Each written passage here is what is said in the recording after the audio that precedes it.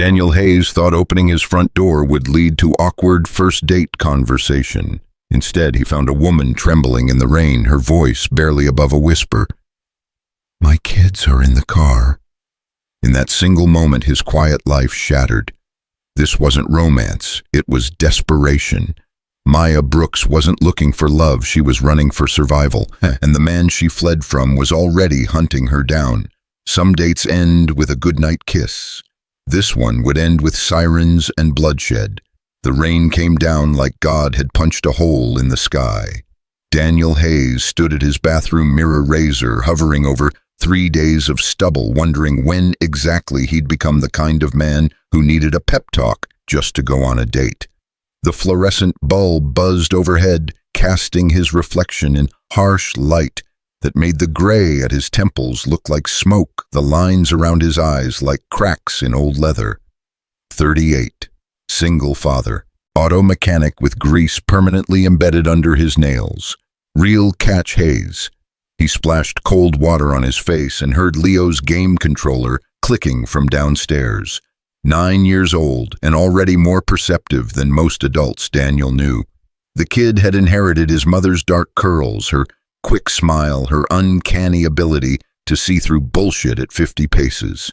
Sarah had been gone 4 years now. Cancer moved through her like wildfire, 3 months from diagnosis to funeral. Some days Daniel still reached for her in bed, still turned to share a joke before remembering she wasn't there. But Leo needed stability more than Daniel needed grief, so he'd buried the worst of it deep and learned to function around the hole in his chest. The doorbell would ring in 20 minutes. Marcus from the garage had arranged this blind date 3 weeks ago after finding Daniel eating lunch alone in his car for the 5th day straight. "Man, you're turning into a hermit. My wife's got this friend, nice lady, recently separated. Just coffee, just conversation. You remember conversation, right?" Daniel had said yes mainly to shut Marcus up. Now he regretted it. He descended the stairs, each step creaking familiar protests. The house was small, a 2-bedroom rental with carpet that had been beige in the 90s, and heating that worked 3 seasons out of 4. But it was theirs. Pictures of Leo covered the walls, soccer team school plays, that camping trip where they'd seen a black bear, and Leo had simultaneously wanted to run toward it and away from it. Leo was sprawled on their sagging couch, fingers dancing over the controller, eyes locked on the TV, where zombies exploded in pixelated gore. "You're gonna wear that?" Leo asked without looking up. Daniel glanced down at his jeans and button-down. "What's wrong with this?" "Nothing if you're going to Home Depot." Leo paused his game and turned, scrutinizing his father with an intensity that made Daniel feel like a suspect in a lineup. "Mom's blue shirt, the one in the back of your closet." Something caught in Daniel's throat. "Buddy, she'd want you to look nice, and that shirt makes you look less like you fix cars, and more like you could, I don't know, be on TV or something." Leo's voice cracked slightly on the word mom, betraying the 9-year-old beneath the wise guy exterior. Daniel climbed back upstairs without arguing. The blue shirt still smelled faintly of Sarah's perfume even after 4 years. He pulled it on, smoothed the collar, and felt like an imposter in his own skin. But when he came back down, Leo gave him an approving nod. "Better, now you just gotta not be weird." "How am I weird?" "You do this thing where you smile, but your eyes don't smile. Makes you look like a serial killer." "Where'd you learn about serial killers?"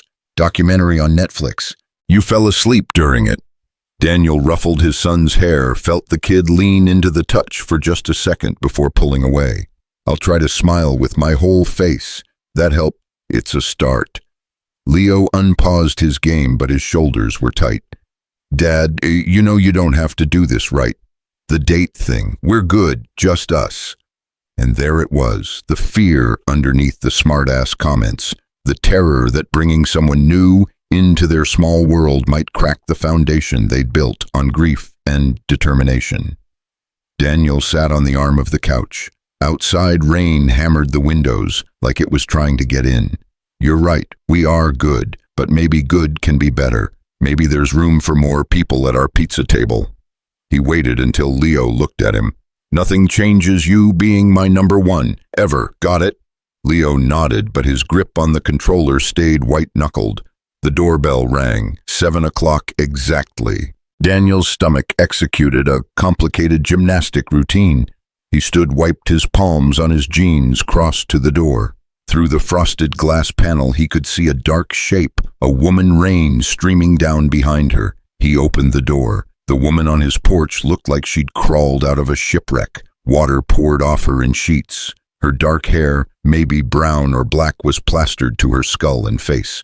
Mascara ran down her cheeks in black rivers. She wore a thin floral dress and cardigan, both soaked through, clinging to a frame that shook violently. Not from cold, from something worse. Her eyes were what stopped Daniel's breath. Wide, glassy, the whites showing all around like a spooked horse. This was a woman in the grip of primal fear. Daniel. His name came out broken, barely audible over the rain. Yeah, Maya. He reached for her instinctively steadying hand on her elbow. Her skin was ice. Jesus, get inside your... But she didn't move. Her eyes darted past him, into the house, scanned the street behind her, came back to his face. Her hands strangled a small black purse, knuckles bone white. I shouldn't have come. The words tumbled out fast, panicked. This was stupid. I need to go. I'm sorry. She turned, and that's when the porch light caught her face at the right angle. The bruise spread from her left cheekbone down to her jaw, a sickly sunset of purple and yellow and green. Fresh, maybe 12 hours old. Rain washed away streaks of makeup, revealing the full geography of violence. Daniel's blood went cold. Who did that to you? Maya's hand flew to her face. Touched the bruise, flinched. I fell. It's nothing. That's not nothing. I have to go. My kids are in the car. The words were so quiet Daniel almost missed them, but Maya's eyes filled with tears, and she said it again, louder, more desperate. My kids are in the car. They're waiting, in the rain. Her voice cracked. Marcus said you were safe. He said you were good. I didn't know where else to go. I'm not asking for anything. I just needed... She stopped, chest heaving, looking at Daniel like he was the last exit on a highway to hell. Daniel looked past her. At the curb sat an old Honda Civic engine running, headlights off. Through the rain-streaked windshield, he could make out two small silhouettes in the back seat. Children, waiting while their mother stood on a stranger's porch, beaten and terrified. The back seat was packed with garbage bags. Everything you could grab in 15 minutes. Everything that mattered when you ran. Understanding hit Daniel like a physical blow. This wasn't a date. This was a lifeline thrown by a drowning woman who'd grabbed it without knowing if it would hold. How old are they? His voice came out steady, military steady. The voice that said, I've seen worse, and I know what to do. What? Your kids? How old? 6 and 4, girl and boy. Daniel nodded once. Decision made. Bring them inside. I can't just... Yes, you can. He stepped out into the rain, cold water, instantly soaking through Sarah's blue shirt. You can because whoever gave you that bruise knows what you drive, probably knows your habits, and sitting in a parked car makes you a target. He started down the porch steps. Come on. Maya hesitated for only a heartbeat before following. Up close, the Civic was worse than Daniel thought. The passenger mirror hung by wires. The back bumper was held on with duct tape. Inside, garbage bags full of clothes pressed against windows. A booster seat, a child's backpack, a stuffed elephant. Two faces watched him from the back seat with the stillness of prey animals. The girl, maybe 6, had her arms wrapped around a smaller boy. Both had their mother's dark eyes. Both watched Daniel with an expression he recognized from deployments overseas. The look of children who'd learned that adults were dangerous, unpredictable creatures. Maya opened the back door. Emma, baby, it's okay. This is Daniel. He's going to help us. I don't want to. Emma's voice was small but firm. I want to go to Nana's. We talked about this, sweetheart. We can't go to Nana's. Because Daddy knows where Nana lives, the little boy Oliver announced. He said it matter-of-factly, like reciting the alphabet. And Daddy's really, really mad. The casual way he said it made Daniel's jaw clench. Like being hunted by an angry father was just another fact of life, like gravity or bedtime. Daniel crouched down, getting on their level. Rain poured down his neck, soaked his shoulders. He made his voice gentle. "Hey guys, I'm Daniel. I've got a son inside named Leo who's about to beat level 9 of Zombie Crashers. You know that game?" Oliver's eyes went wide. "The new one, brand new, came out last Tuesday." Daniel glanced at Maya, who gave a tiny nod. "Also, my heater actually works, which makes it better than this car, and I'm pretty sure you're both about to turn into ice cubes if you stay out here much longer." Emma studied him with unnerving focus.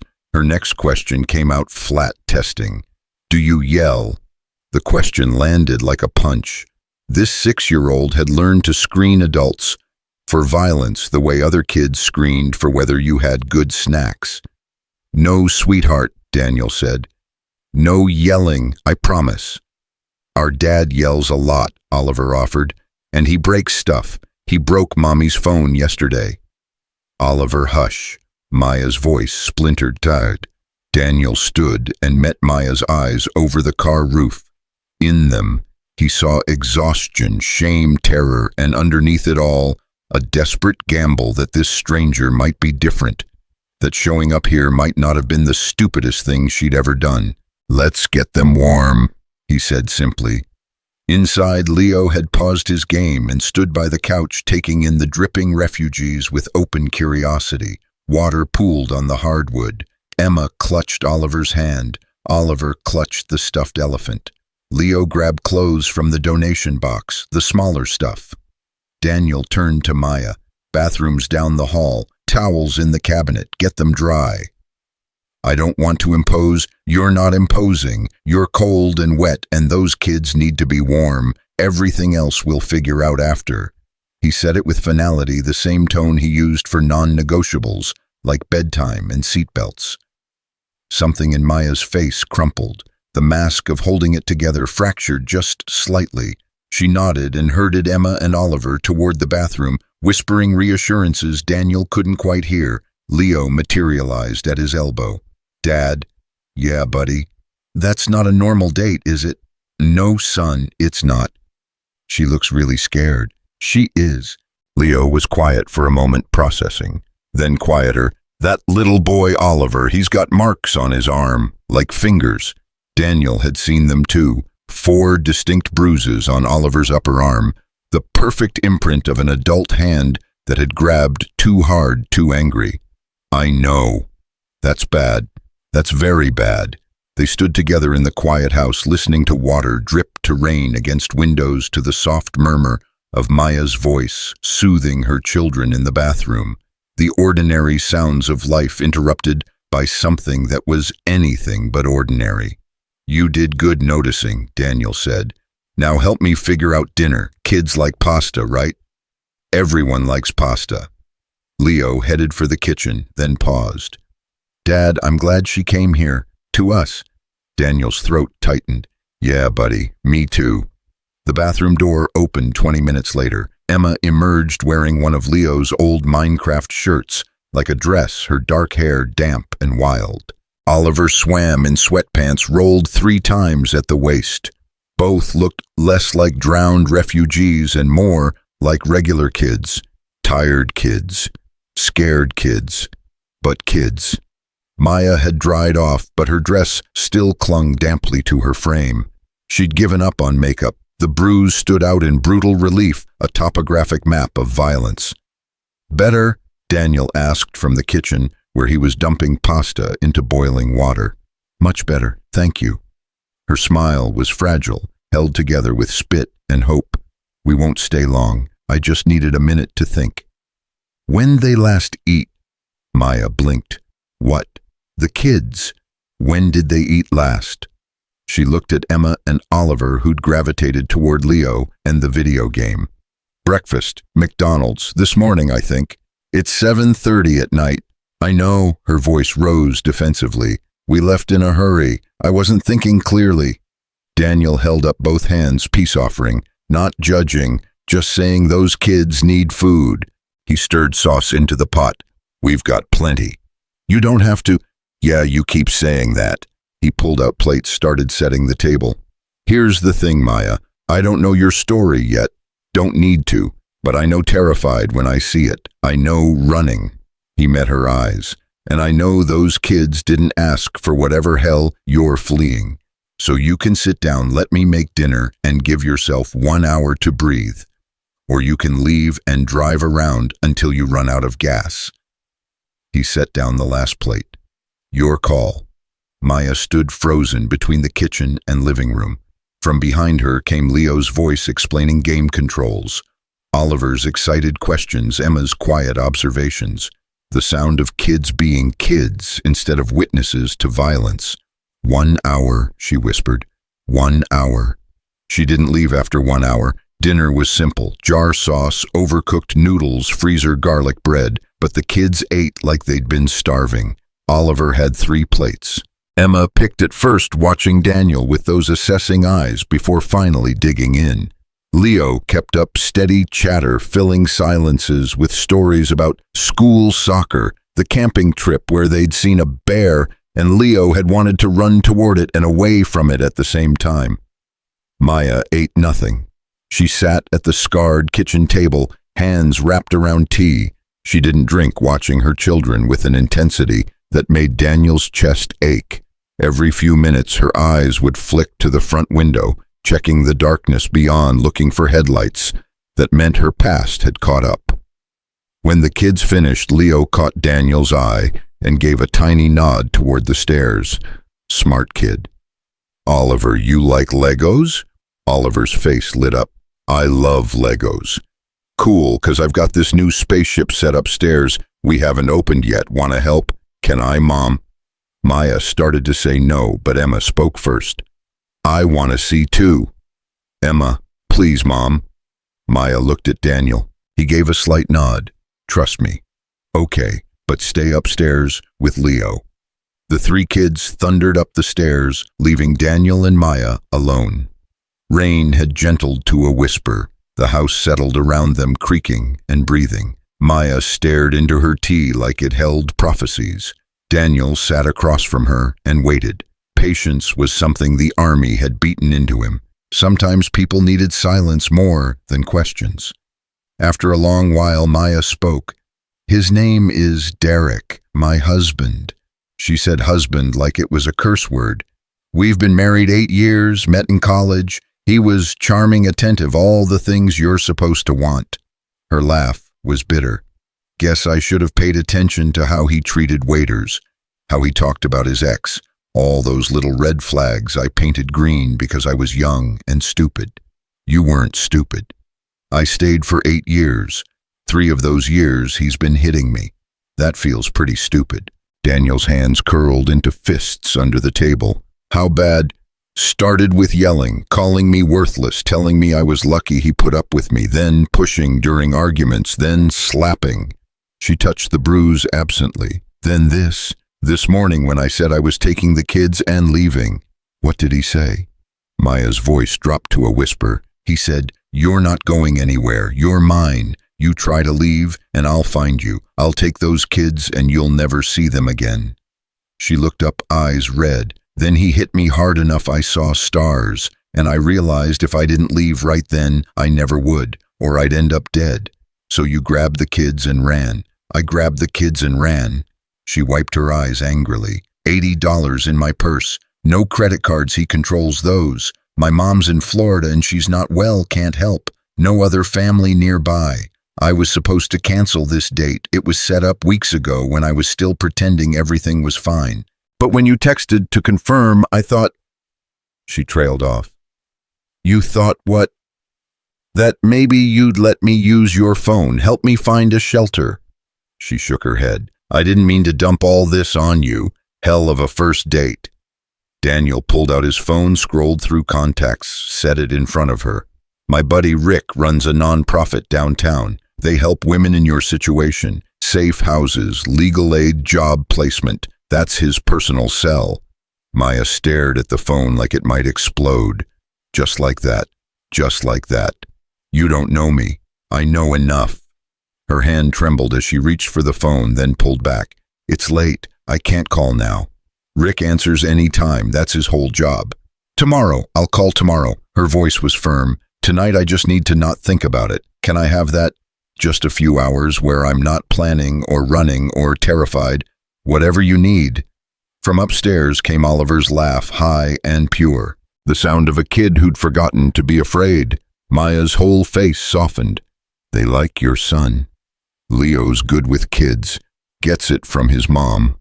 Daniel paused. She died 4 years ago. Cancer. God, I'm so sorry. Don't be. I mean, I miss her every day. But she taught us how to keep going when everything falls apart. He met Maya's eyes. Sometimes you don't get to choose what happens to you. You just choose what you do about it. And you chose to take in a stranger and her kids. I chose to do what I'd want someone to do for Leo if we were running. He shrugged. You're not a stranger. You're Marcus's friend. That's good enough. You trust easy. I trust my gut, and my gut says you're trying to do right by your kids. Maya opened her mouth to respond, but froze. Her eyes locked on something outside the kitchen window. Her whole body went rigid. What is it? Daniel asked. I thought. She stood, slowly moved to the window, peered into the darkness. Nothing. I'm paranoid. But Daniel saw it too. Headlights moving too slow down the residential street. The vehicle crept past his house, brake lights flashing as it paused at his driveway. Is that him? Maya's breathing went shallow. I don't know. Maybe. He drives a black truck. That looks like... Her voice choked off. Oh, God. The truck stopped. Engine idling. Driver's door opening. Get away from the window. Daniel moved past her, hit the light switch. Darkness swallowed the kitchen. Through the window he watched a man climb out of the truck. Tall, broad shoulders, moving with aggressive confidence. The man started up Daniel's driveway. That's Derek. Maya's whisper was barely audible. How did he find us? Daniel's mind worked fast. Your phone, you have it? Yes, but... Her eyes went wide. He made me install a tracking app months ago for safety. I forgot. Oh, God, I forgot. The man was halfway up the driveway now, clean cut, handsome even. The kind of guy who probably coached Little League and helped old ladies with groceries. The kind of guy no one would believe hurt his family. Take the kids upstairs, Daniel said quietly. Lock yourselves in Leo's room. What are you going to do? Answer the door. Daniel, no, he's dangerous. So am I. Daniel looked at her. Trust me, get your kids. Go upstairs, be quiet. Maya ran. Daniel heard her call for the children, heard small feet thunder across floorboards, heard a door close and lock. Then silence, except for the rain and his own heartbeat. The doorbell rang. Daniel stood in his dark kitchen, remembering other doors in other countries. Doors that opened onto ambushes. Doors that led to firefights. Doors between safety and chaos. He'd stood in front of a lot of doors.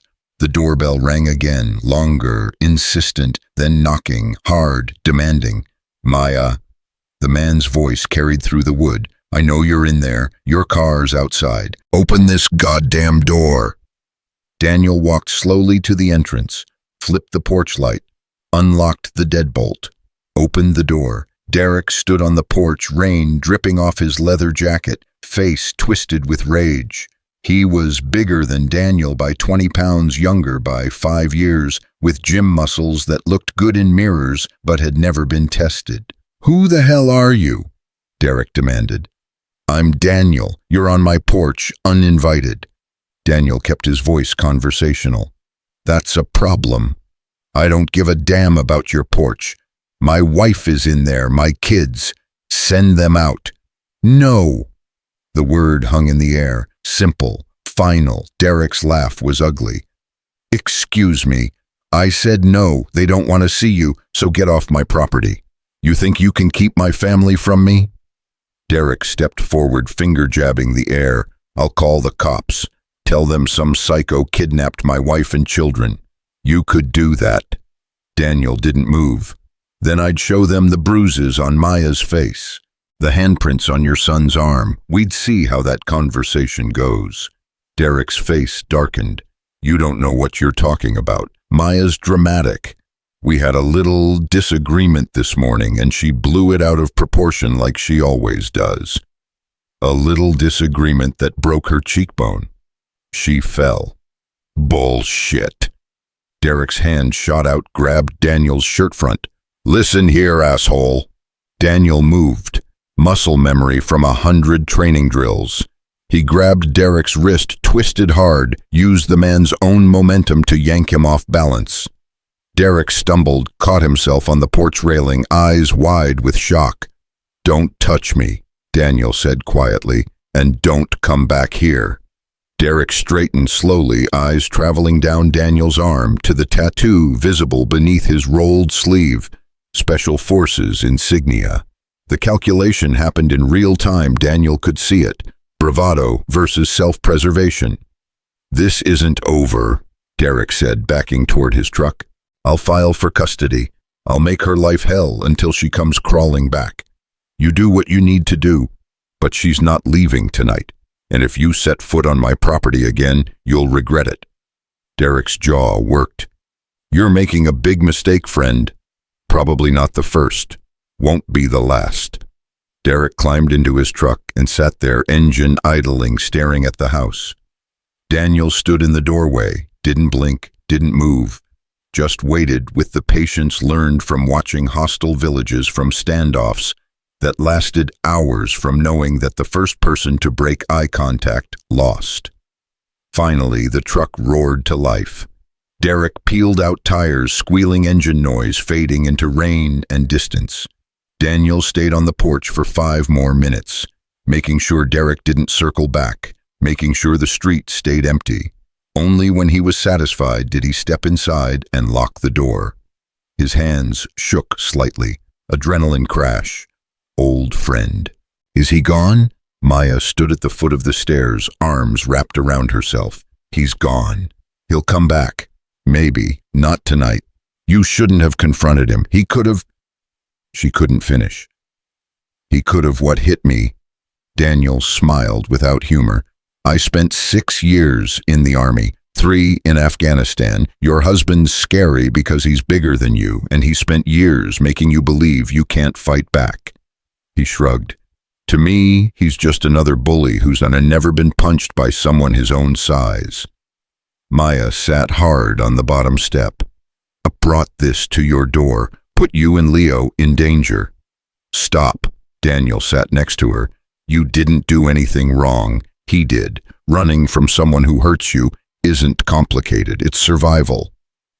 I don't know what happens next. We call Rick tomorrow. He'll help with the legal stuff, find you a place, get you on your feet. I can't ask. You're not asking. I'm offering. He glanced up the stairs toward where the kids were, probably pressed against Leo's door, listening. Those kids deserve better than fear. You deserve better. I can't fix everything, but I can make sure you've got a safe place tonight and a plan tomorrow. Tears spilled down Maya's cheeks. I don't even know you. You know I make decent pasta, and I don't yell. Daniel's smile was gentle. That's a start. She laughed, broken and wet and somehow hopeful. Yeah, that's a start. They sat in the quiet house, listening to rain fade to nothing, to their children's voices drifting down. 2 strangers who'd expected an awkward date and found something bigger. Not romance, not yet. But a door opening when all the others had slammed shut. A light in the window when the world went dark. A moment of breathing when drowning felt inevitable. And upstairs, 3 kids played with Legos, building spaceships that could fly away from danger, while downstairs 2 adults built something just as fragile and just as necessary. Hope. Sleep was impossible. Maya lay on Daniel's couch at 2 in the morning, staring at ceiling shadows cast by streetlights through rain-streaked windows. Emma and Oliver were curled together on an air mattress Daniel had inflated in Leo's room, finally unconscious after hours of whispered fears and questions Maya couldn't answer. Upstairs, the house was quiet. Down here, every creak sounded like footsteps. Every car passing outside made her heart slam against her ribs. She'd checked her phone 17 times in the last hour. No calls, no texts. Derek's silence felt more threatening than his rage. The floorboards above her head groaned softly. Footsteps. Maya sat up, pulse spiking, before remembering this was Daniel's house. Daniel's footsteps, not Derek's. A moment later, Daniel appeared at the bottom of the stairs wearing sweatpants and an old army t-shirt, hair sticking up at odd angles. He stopped when he saw her sitting upright. "Can't sleep either," he asked quietly. "Every time I close my eyes, I see him on your porch." Maya wrapped the blanket tighter around her shoulders. "I keep thinking he's going to come back with the police, or a lawyer, or just break down the door." Daniel moved to the kitchen without turning on the overhead light, navigating by muscle memory. She heard the soft hiss of the faucet, the click of the stove igniting. A minute later, he returned with 2 mugs of tea. "He's not coming back tonight," Daniel said, settling into the armchair across from her. "Guys like Derek, they're used to intimidation working. When it doesn't, they regroup, figure out a new strategy. You sound like you know him." "I know the type." Daniel sipped his tea. "Had a sergeant in Afghanistan, guy named Patterson. Real piece of work. Friendly to officers, hell on wheels to anyone below him. Found out later he'd been beating his wife for years. She finally left him while we were deployed. He spent 6 months making her life hell from overseas. Emails, phone calls, threatening her family. What happened? She got a restraining order. He violated it the day he got home. Ended up in jail." Daniel's jaw tightened. Should have ended up there years earlier, but she was too scared to report him, and no one else wanted to see it. Maya studied him in the dim light. "Is that why you let me in, because of her?" "I let you in because you needed help, and I could give it." He met her eyes. "But yeah, Patterson's wife crossed my mind. I remember thinking if someone had helped her sooner, maybe she wouldn't have wasted 12 years married to a monster." The word monster settled between them. Maya had never called Derek that, not out loud, but hearing it from someone else felt like permission. "I used to love him," she said quietly. "In the beginning, he was charming, successful, made me feel like I was the only person in the room." She laughed bitterly. "Guess that should have been a red flag, the intensity, how fast he moved. 3 months from first date to proposal." "When did it change?" "After Emma was born, I was exhausted, overwhelmed, trying to figure out how to keep a tiny human alive. He hated that she needed me more than I needed him. Started with comments. 'You're letting yourself go. Other new moms don't complain this much. Maybe if you tried harder.'" Maya's hands tightened around her mug. Then Oliver came along, and it got worse. The yelling started, things getting thrown during arguments. One night he shoved me and I fell, hit my head on the counter. He apologized for weeks, brought flowers, promised it would never happen again. But it did. It always does. Maya's voice was flat, and every time I told myself it was the last time, that he'd change, that I could fix it if I just tried harder, complained less, was better. She looked at Daniel. "You want to know the worst part? I started believing him when he said it was my fault, that I provoked him, that I was too sensitive." Daniel leaned forward, her elbows on his knees. "Maya, listen to me. None of that was your fault. Not 1 second of it. I stayed. That was my choice. Staying was survival. You were protecting your kids the best way you knew how." His voice was gentle but firm. "Leaving is what takes real courage. And you did that. This morning you grabbed your kids and ran. That's not weakness, that's strength." Tears spilled down Maya's cheeks. She wiped them away angrily. "I'm so tired of crying." "Then don't apologize for it. Cry as much as you need." Daniel stood, disappeared into the kitchen, returned with a box of tissues. My wife Sarah, toward the end, she cried all the time, hated it, said she was tired of being sad, tired of being sick. I told her the same thing I'm telling you. Tears don't make you weak, they make you human. Maya took a tissue, pressed it to her eyes. How did you do it after she died? How did you keep going? Leo. The answer was immediate. I didn't have a choice. He needed me to get up every morning, make breakfast, pack lunches, pretend the world hadn't ended. So I did. Daniel's voice roughened. Some days I did it badly. Burned the eggs, forgot about parent-teacher conferences, let him watch too much TV because I couldn't face another conversation. But I showed up. That's all you can do. Show up. Show up. Keep breathing. Take it 1 hour at a time if one day feels too long. They sat in comfortable silence, drinking tea, listening to the house settle. Outside, rain had stopped. Stars tried to break through cloud cover. Daniel. Yeah. Why did you really open the door when you saw me standing there looking like a drowned rat with a black eye? You could have said it was a bad time, sent me away. Daniel considered the question. You want the honest answer? Always. Because 4 years ago, when Sarah was dying, I felt completely alone. Friends didn't know what to say, so they said nothing. Family meant well, but they had their own lives. It was me and Leo in this bubble of grief, and I kept thinking if one person would just show up, just see us, just help. He set down his mug. When you showed up tonight terrified and beaten with 2 scared kids, I saw someone who needed what I'd needed, someone to show up. Maya's throat tightened. Thank you for showing up. You would have done the same. I don't know if I would have been that brave. You grabbed your kids and left an abuser. That's the bravest thing I've seen in years. Upstairs, a door creaked open. Small footsteps padded across the floor. Oliver appeared at the top of the stairs, clutching his stuffed elephant eyes wide and frightened. Mommy! Maya was up in an instant. Baby, what's wrong? I had a bad dream. Daddy was yelling and you were crying and I couldn't find Emma. His voice trembled. Is Daddy here? No, sweetheart, Daddy's not here. You're safe.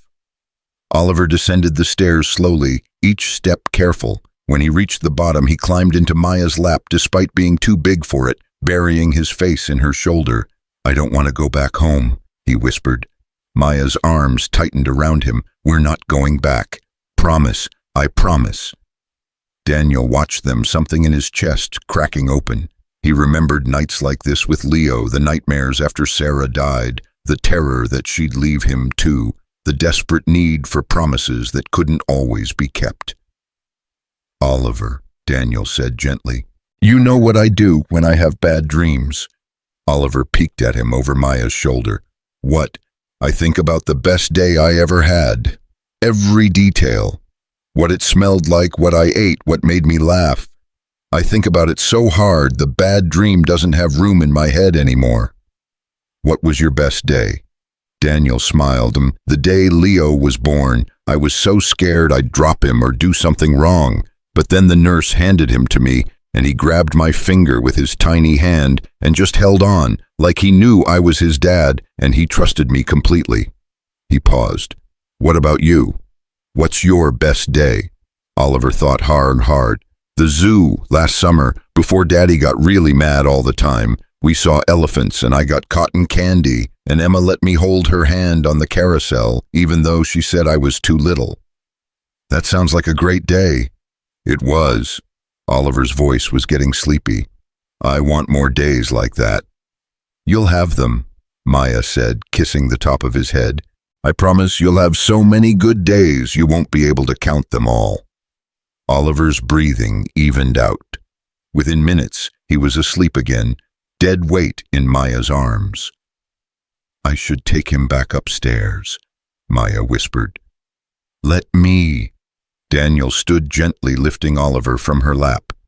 The boy didn't wake, just shifted slightly and grabbed a handful of Daniel's shirt. Daniel carried him upstairs, Maya following, and settled him back onto the air mattress next to Emma, who had sprawled into a starfish shape, taking up most of the available space. Leo was awake in his bed, watching them in the darkness. Everything okay, Dad? Yeah, buddy. Oliver had a nightmare. Go back to sleep. Dad. Leo's voice was small. Are they staying, Maya and the kids? Daniel knelt beside his son's bed. For tonight, yes. After that, I don't know. We'll figure it out. I hope they stay. Leo rolled over, pulling his blanket up to his chin. It's nice having people here. The house feels less empty. Daniel's hand found his son's shoulder, squeezed gently. Get some sleep. Back downstairs, Maya had returned to the couch, but she was sitting up, phone in hand, staring at the screen, with an expression Daniel couldn't read. What's wrong? She turned the phone toward him. A text message glowed in the darkness. Derek, I know where you are. This isn't over. Those are my children, my wife. You can't hide from me. Daniel's jaw clenched. When did that come in? Just now, 2:43 a.m. Maya's voice shook. He's not going to stop. He meant what he said. He'll find us wherever we go. Not if we move first. Daniel pulled out his own phone. I'm calling Rick. Now. Daniel, it's almost 3 in the morning. But Daniel was already dialing. The phone rang twice before a groggy voice answered at, This better be good, Hayes. Rick, it's Daniel. I need your help. Rick's voice sharpened immediately, professional mode activating. What's going on? I've got a woman and 2 kids here. She left her abusive husband this morning. He found her tonight, showed up at my house making threats. Just sent another threatening text. Daniel glanced at Maya. She needs a safe place. Legal help, the whole package. Is she in immediate danger? I don't know, maybe. Can I talk to her? Daniel handed the phone to Maya. She took it with shaking hands. Hello. Hi, Maya. My name is Rick Delgado. I run a non-profit called Haven House. We help women and children escaping domestic violence. Daniel's a good friend, and if he's calling me at 3 a.m., that means you really need help. Am I right? Maya's voice was barely a whisper. Yes. Okay, I need to ask you some questions, and I need you to be completely honest with me. Can you do that? Yes. Has your husband ever threatened to kill you? Maya closed her eyes. Yes, 3 months ago during a fight. He said if I ever tried to leave, he'd kill me and make it look like an accident. Daniel's hands curled into fists. Has he ever hurt your children physically? Rick continued. He's grabbed them too hard, left bruises, spanked Oliver so hard he had welts. But he's never, not like what he does to me. That's still abuse, Maya, and it's serious. Rick's voice was calm, factual. I'm going to be straight with you. Based on what you're telling me, you and your kids are in danger. Not maybe danger, real danger. We need to move fast. What do I do? First thing tomorrow morning, we file for an emergency protective order. I know a judge who'll fast-track it. We get you and the kids into a safe house somewhere he can't find you. Then we start building a case. Document everything. Photos of injuries, threatening texts, witness statements. We make it impossible for him to get near you again. He's going to fight back. He has money lawyers.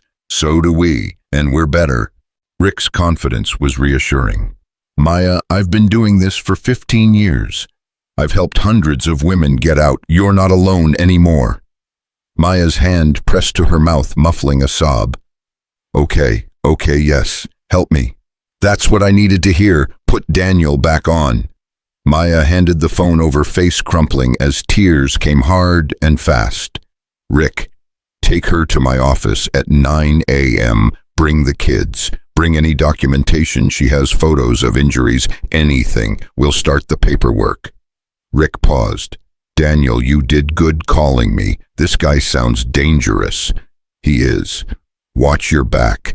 Guys like this, when they lose control of their victims, they escalate. He might come after you for helping her. Let him try. I'm serious, man. Be careful. I will. See you at 9.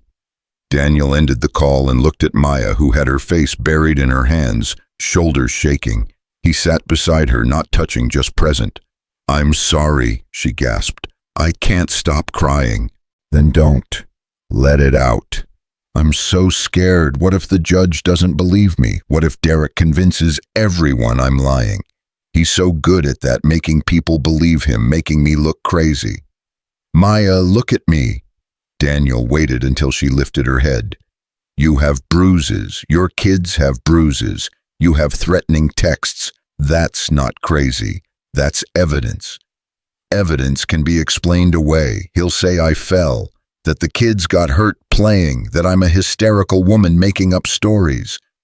Then we make sure everyone sees the truth. Rick's good at this, the best. He's going to help you.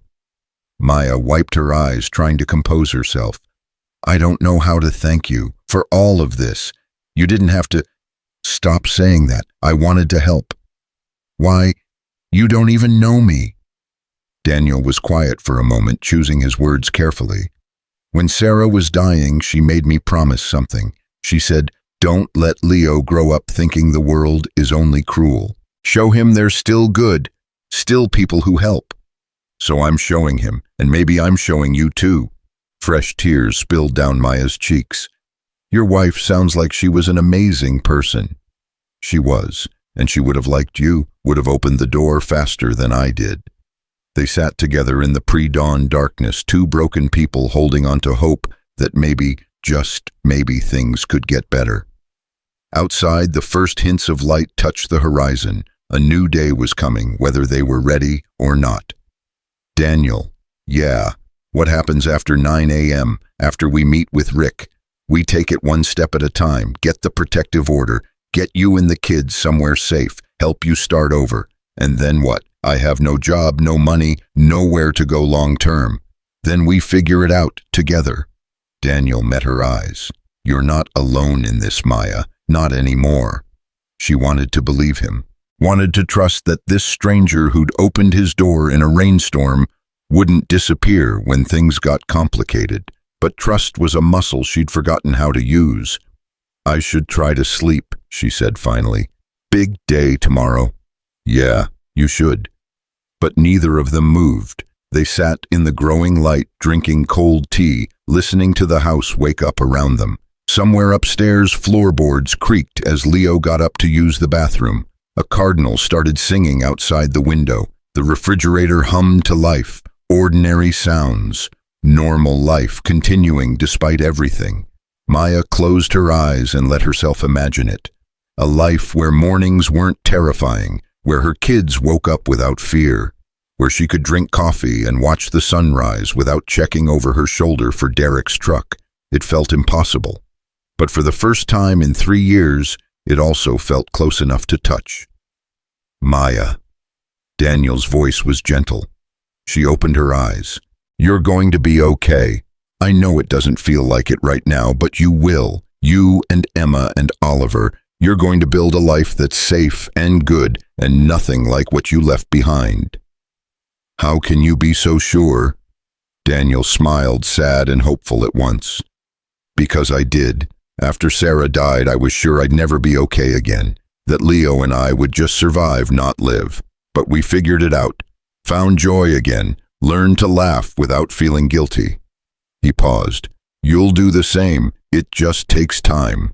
Maya nodded, not quite believing, but wanting to. Thank you, Daniel, for everything.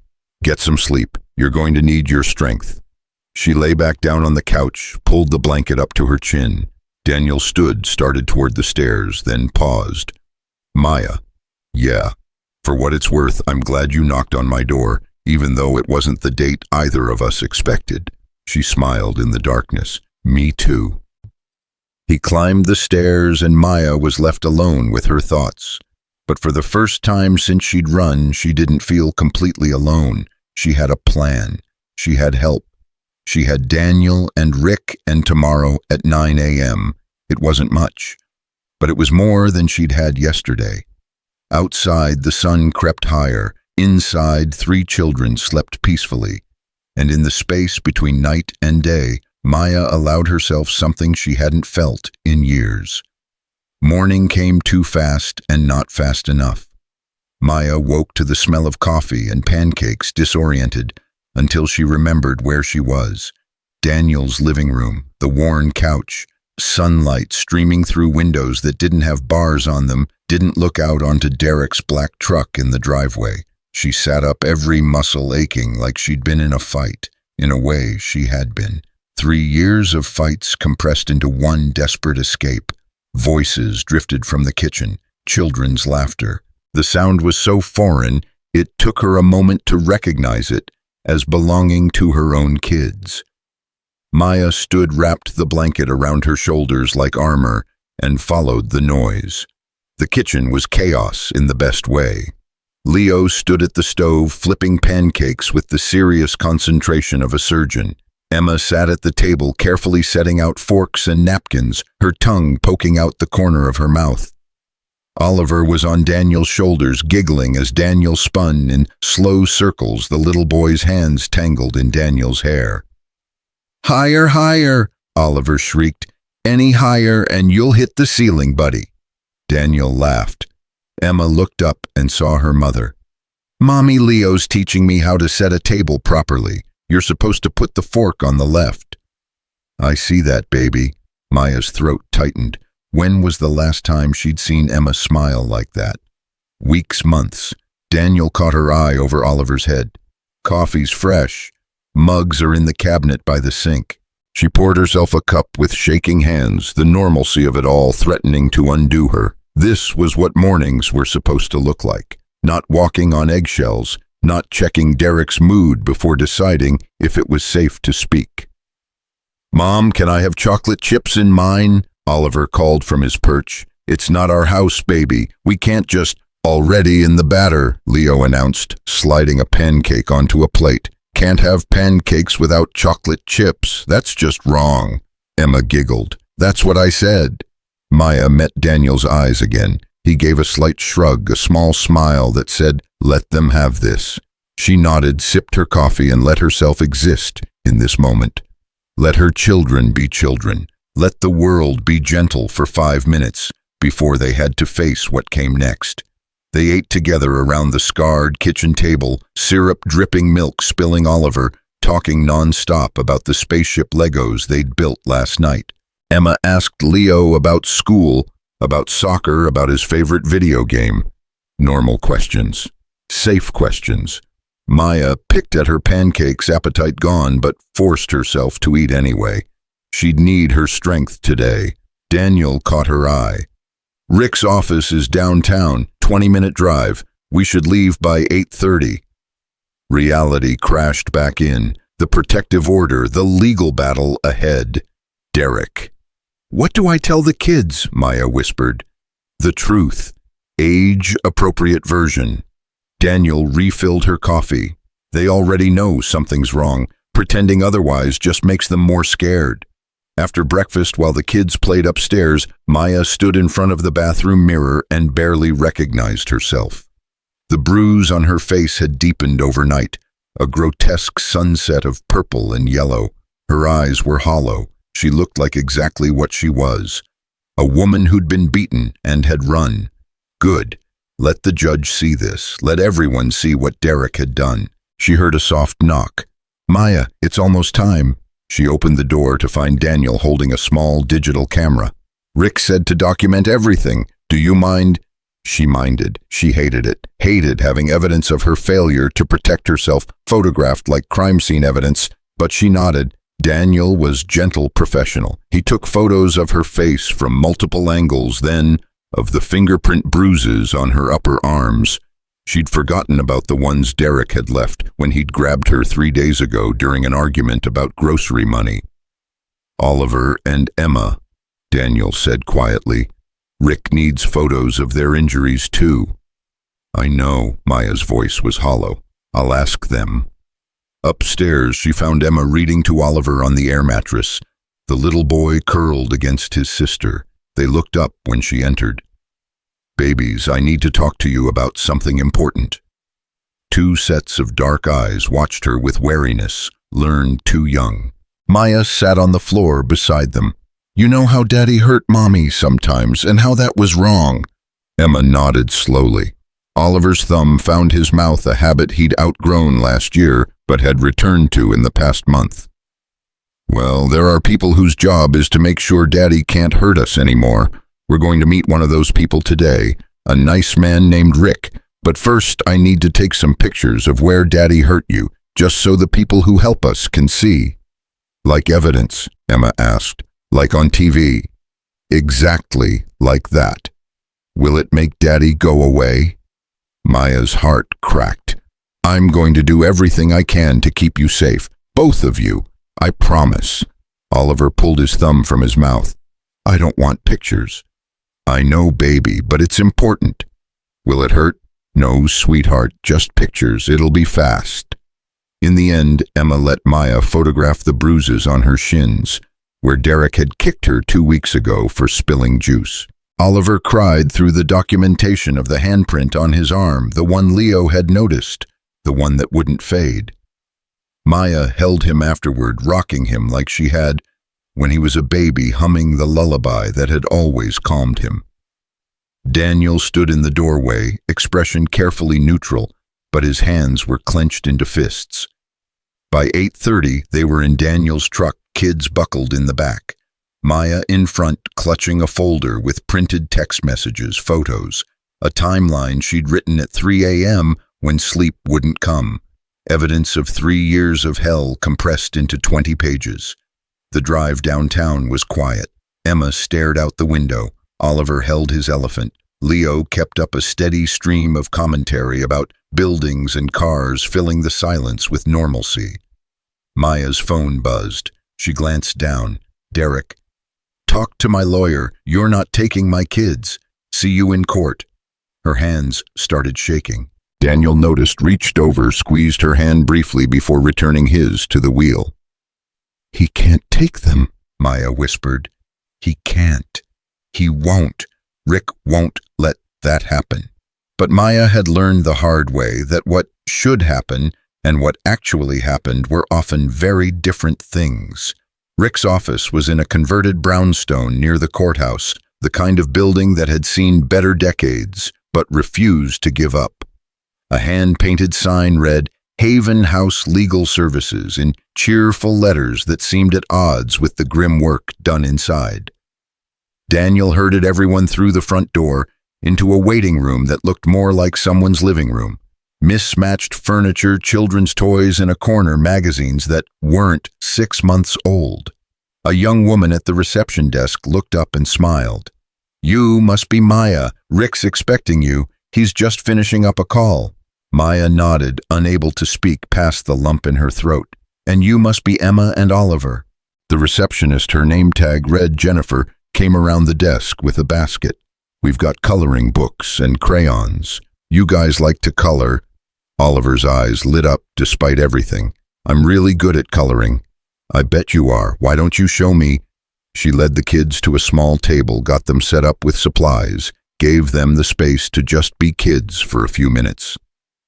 Maya watched, grateful for the kindness of strangers.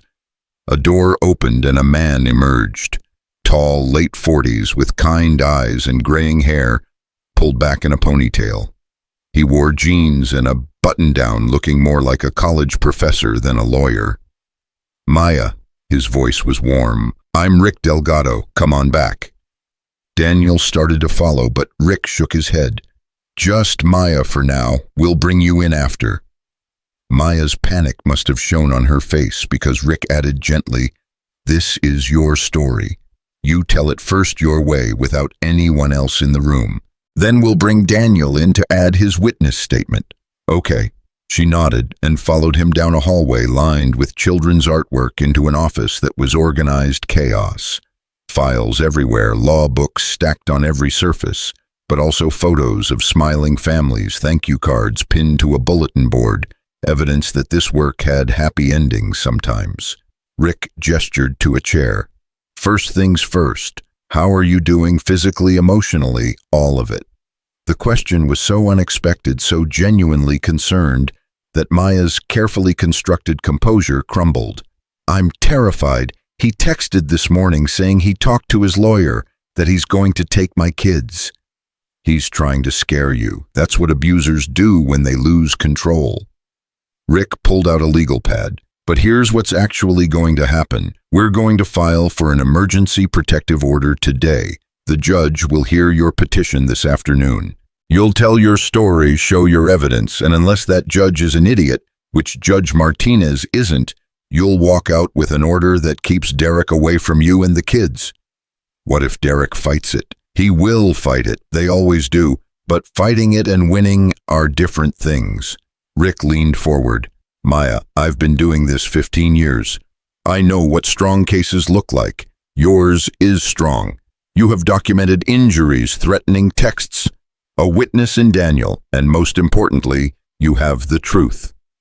Derek's a good liar. I'm a better lawyer. Something in his confidence steadied her. What do you need from me? Everything.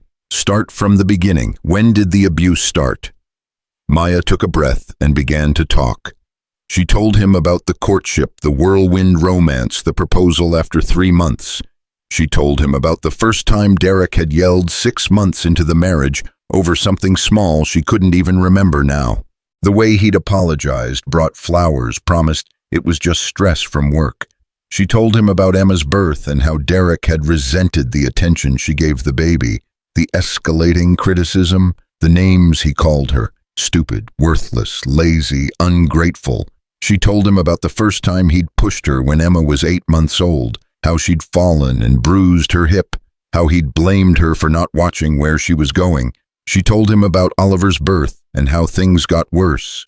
The yelling became daily, the pushing became hitting, slaps across the face, grabbing her arm hard enough to bruise, throwing things that sometimes hit her and sometimes missed.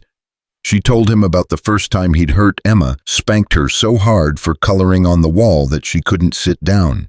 About the time he'd grabbed Oliver's arm and yanked him so violently the boy had cried for an hour. She told him about trying to leave twice before, once to her mother's, but her mother was too sick to handle the stress, and Derek had shown up charming and apologetic and convinced her to come home. Once to a friend's house, but Derek had found her within 6 hours, and the friend had asked her to leave because she didn't want the drama. She told him about yesterday morning, the fight about money, about her wanting to get a job, about Derek's explosion, the hit that left the bruise, the words that finally gave her the courage to run. You're mine. You'll never leave. I'll take those kids, and you'll never see them again. Rick wrote it all down, occasionally asking clarifying questions, his expression never showing shock or judgment. Just quiet professionalism and simmering anger directed at a man he'd never met. When she finished, her throat was raw and tears streamed down her face. Rick handed her tissues without comment. You did good, he said quietly. I know that wasn't easy. What happens now? Now I draft the petition. You'll need to sign it, swear it's true. Then we file it with the court. Judge Martinez has a slot at 2 p.m. We'll present your case, show the evidence, and get that order. Will Derek be there? No, this is ex parte, meaning we don't have to notify him first. Because you're in immediate danger, he'll be served with the order after it's granted. Then he'll have the right to challenge it at a full hearing in 2 weeks. He'll be so angry. Let him be angry. He'll be angry from a distance legally required to stay away from you. Rick's voice hardened. And if he violates that order, he goes to jail. No second chances. You don't know Derek. Rules don't apply to him. They do in my courtroom. Rick stood. Let me get Daniel's statement, then we'll get this filed. You good to wait here? Maya nodded, exhausted. Rick left and returned minutes later with Daniel, who took one look at Maya's tear-stained face and moved to her side immediately. You okay? I will be. Daniel gave his statement quickly, clinically. What he'd observed when Maya arrived, the bruises the children's fear, Derek showing up and making threats. Rick wrote it all down, nodded, and stood. Okay, I'm going to draft this petition. Should take about an hour. Jennifer will get you some lunch. Courts at 2. We'll be ready. The next 2 hours passed in a blur. Maya couldn't eat the sandwich Jennifer brought. The kids colored and played blissfully, unaware of what was happening. Leo kept them entertained with stories and games. Daniel sat beside Maya, a steady presence, Not talking, just being there. At 1:30, Rick emerged with a thick stack of papers. Time to go. The courthouse was imposing, all marble and echoing footsteps and security checkpoints. Maya's hands shook as they went through the metal detector. Emma held her hand tightly. Oliver clung to Daniel. They waited on a hard bench outside Judge Martinez's courtroom. Other people waited too, their faces telling stories of desperation and hope. A young woman with a black eye, an older man who looked like he hadn't slept in days, a mother with 3 small children, all of them running from something, all of them hoping the law would protect them. Brooks versus Brooks, a bailiff called. Maya's legs barely held her as she stood. Rick put a steadying hand on her elbow. "You've got this, just tell the truth." They entered the courtroom. Judge Martinez was a woman in her 60s with steel gray hair and sharp eyes that missed nothing. She reviewed the petition, looked at the photos, read the text messages. Her expression darkened with each page. "Ms. Brooks," she said, voice carrying authority that filled the room. "Please approach." Maya walked forward on shaking legs. "Tell me about yesterday morning." Maya's voice was barely above a whisper at first, but Judge Martinez leaned forward, listening intently, and somehow that gave Maya strength. She told the story again, simpler this time, focusing on the facts: the fight, the hit, the threat, the decision to run. "And where are you staying now?" "With a friend, Daniel Hayes. He's here." Judge Martinez's eyes found Daniel in the gallery. "Mr. Hayes, you witnessed the petitioner's injuries." Daniel stood. "Yes, Your Honor, the bruises on her face and arms, the fear in her children. And I witnessed the respondent showing up at my home making threats." "What kind of threats?" "That he'd take the children, that this wasn't over. He grabbed my shirt and I had to physically remove him from my property." The judge made a note. "Ms. Brooks, what are you asking this court to do?" Maya's voice was stronger now. "Keep him away from us. Me and my children. Give me time to figure out how to keep them safe. Please." Judge Martinez looked at the photos again, at the bruises, at the fear in Emma's and Oliver's faces captured in those images. She looked at the text messages, at Derek's words, dripping with threat and ownership. "I've seen enough." She signed the order with swift, decisive strokes. "Emergency protective order granted. The respondent is to have no contact with the petitioner or the minor children. No calls, texts, emails, or third-party contact. He is to stay at least 500 feet away at all times. This order is effective immediately and remains in effect until the full hearing in 2 weeks. She looked at Maya. "Ms. Brooks, keep this order with you at all times. If he violates it, you call the police immediately. Understand?" "Yes, Your Honor. Thank you." "You're welcome. Stay safe." Outside the courtroom, Maya's legs gave out. Daniel caught her, held her up, while Rick got the official copies of the order, stamped and sealed. "We did it," Rick said, handing her the papers. "He can't touch you now." Maya stared at the document, at the judge's signature, making it real and legal and enforceable. For the first time in 3 years, she had something that said Derek couldn't hurt her, that said the law was on her side. She started to cry, but this time it wasn't from fear. It was relief and exhaustion, and the beginning of something that might eventually feel like freedom. Emma tugged on her sleeve. "Mommy, why are you crying?" Maya knelt down, pulled both her children close. "Because we're safe now, baby. We're finally safe." Oliver looked up at her with his dark, serious eyes. "Really, really." The walk back to Daniel's truck felt different, lighter somehow, even though Maya knew the battle wasn't over. Derek would fight back. He'd challenge the order. He'd make things difficult. But for today, for this moment, she had won. She had protection. She had hope.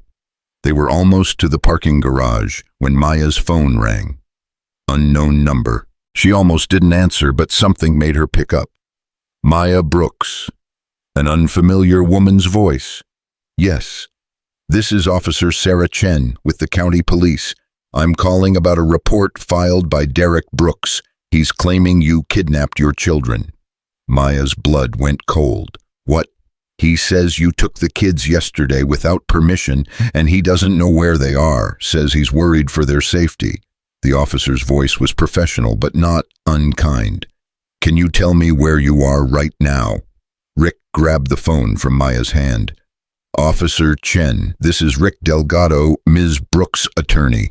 My client just left the courthouse where Judge Martinez granted her an emergency protective order against Mr. Brooks due to domestic violence.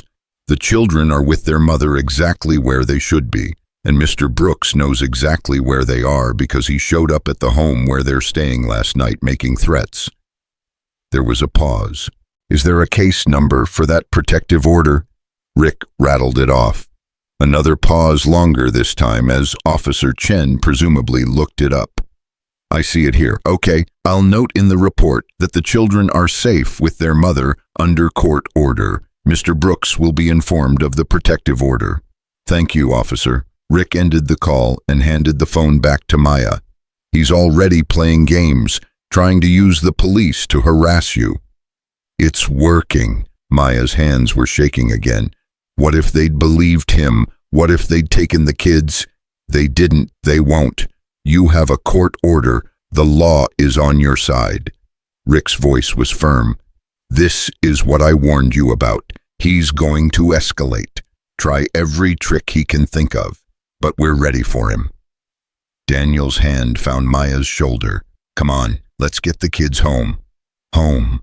The word felt strange applied to Daniel's small rental house with the sagging couch and creaky floors. But it also felt right in a way Maya's actual home never had. The drive back was quiet. Emma fell asleep head against the window.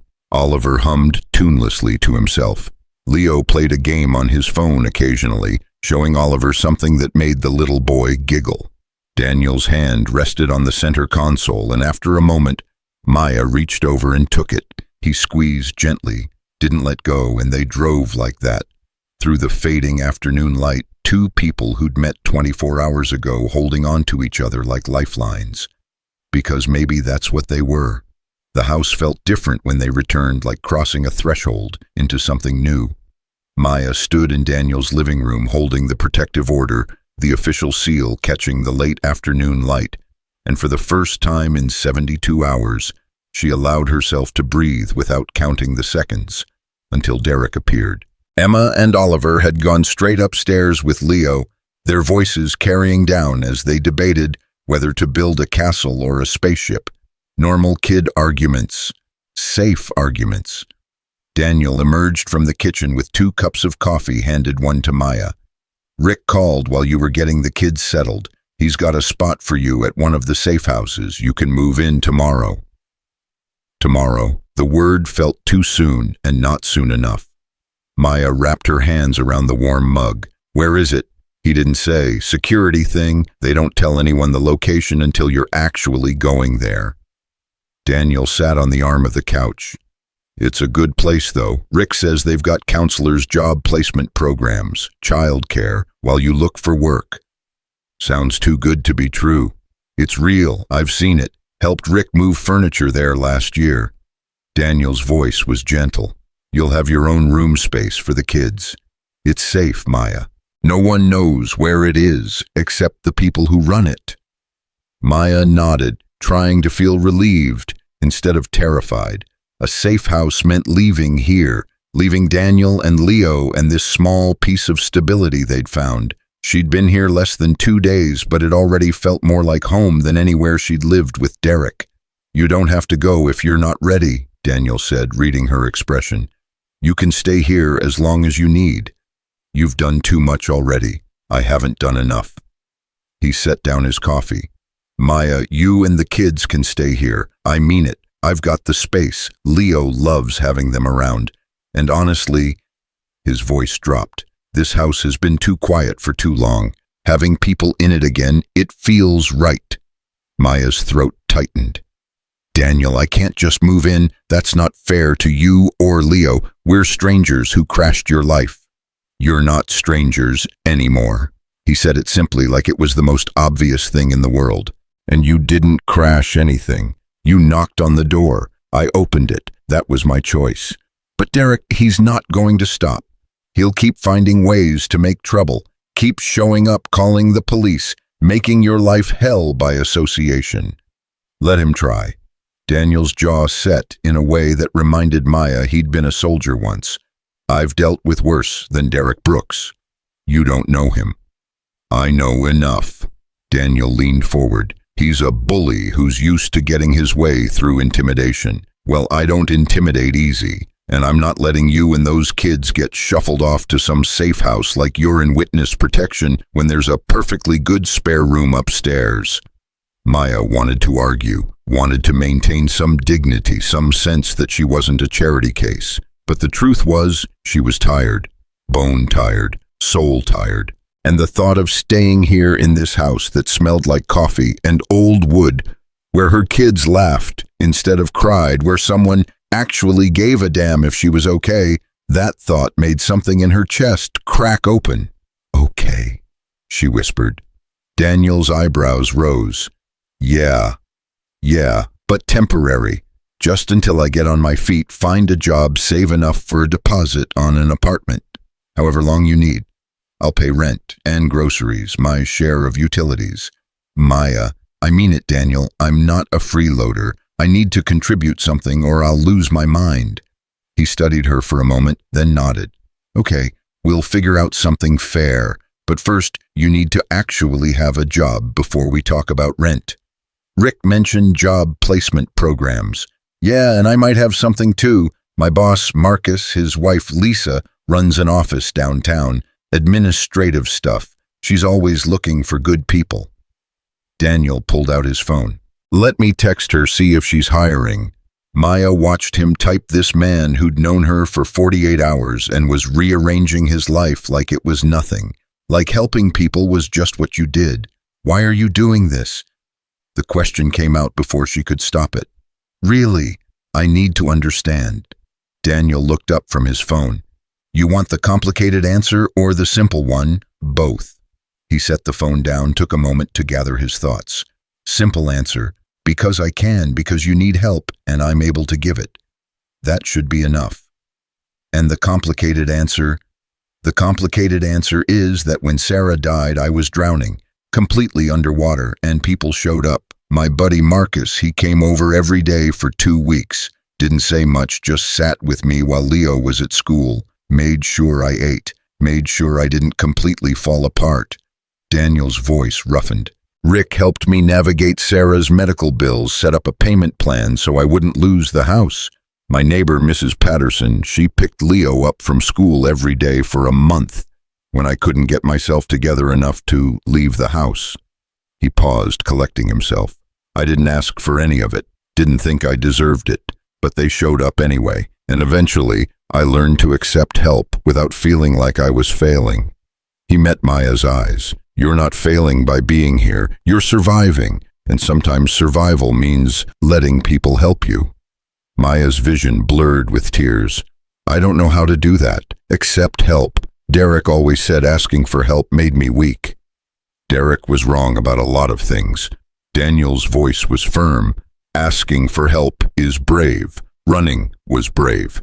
You're one of the strongest people I've met, Maya. You just don't know it yet. His phone buzzed. He glanced at it and smiled. Lisa says to bring you by tomorrow morning.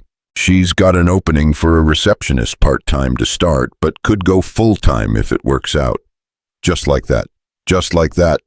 Lisa's good people. She'll give you a fair shot. Maya pressed her hands to her face, overwhelmed.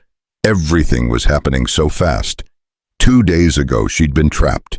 Now she had a protective order, a place to stay, a potential job. It felt surreal, like she'd wake up and find herself back in Derek's house. This all just a desperate dream. Hey, Daniel's hand found her shoulder.